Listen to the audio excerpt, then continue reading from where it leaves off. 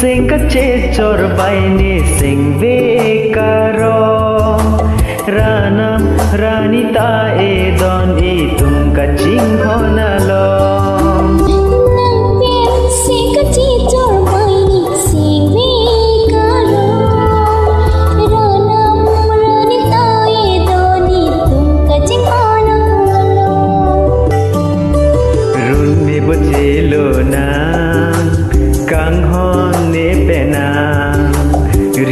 tanone phan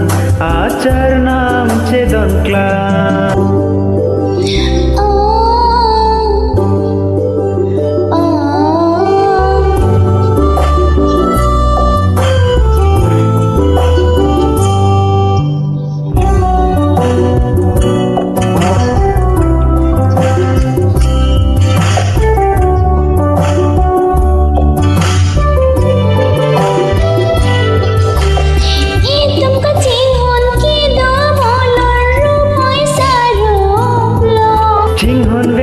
bong kai ding pier zon sing nang che the non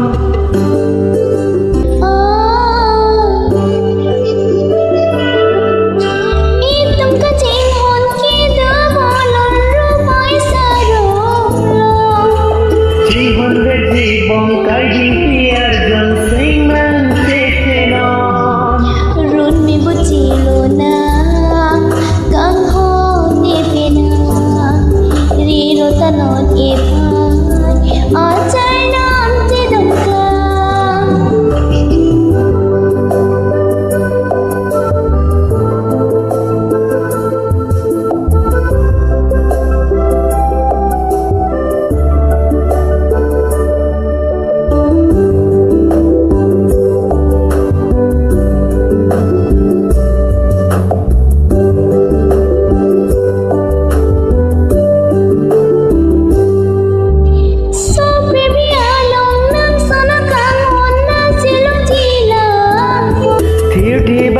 hon si do bong ne long ra na ma se me kang hon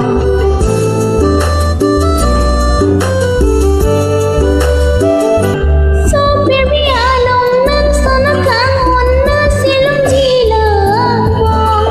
thi bakang hon si do bong ne long ra na ma se me kang hon run mi bu chi lo na kang hon ne pe na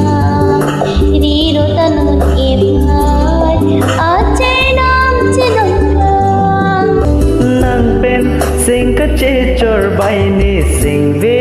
karo ranam ranita e don e tum kaching honalo